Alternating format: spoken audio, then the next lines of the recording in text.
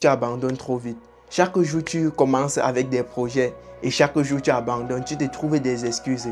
Quand ça devient difficile, tu abandonnes et tu cherches à faire autre chose. Tu commences un projet, tu n'as même pas été persévérant. Lorsque ça devient un peu difficile, tu as déjà abandonné et tu as déjà relancé un autre projet qu'au bout de quelques temps, lorsque ça va encore devenir difficile, tu vas encore abandonner. Tu commences avec le sport.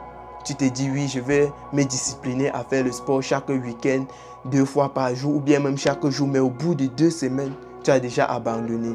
À force d'essayer des choses et abandonner, abandonner, tu es en train de former ton cerveau à être un perdant. Ton cerveau, lui, il sait qu'il ne peut pas être persévérant, qu'il ne peut pas continuer. Il est habitué et il trouve l'échec comme quelque chose de normal. Si tu continues comme ça, devine ce qui va se passer.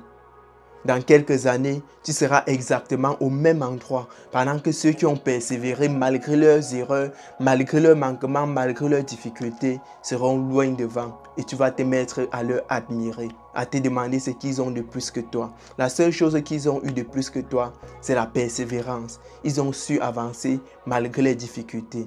Alors si tu ne veux pas que ta vie soit un échec total, tu dois être persévérant.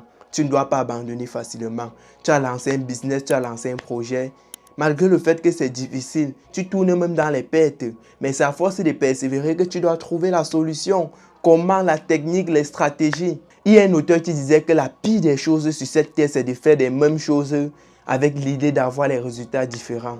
Si tu continues à lancer les projets, tu abandonnes, tu lances, tu abandonnes, sois-en sûr que le seul résultat que tu vas obtenir pour chaque projet sera l'échec. Alors que si tu continues à persévérer en trouvant des stratégies, des techniques différentes, tu verras que tu embrasseras le succès. Maintenant, la question que j'aimerais te poser est la suivante. Vas-tu continuer à foncer vers l'échec ou bien vas-tu changer? Tu as 2 choix. Soit tu restes là à attendre, à rêver et à tout remettre à demain. Soit tu te lèves, tu agis et tu fais ce qu'il faut. Le choix t'appartient. Et surtout, n'oublie pas ceci. L'échec n'est jamais là à attendre.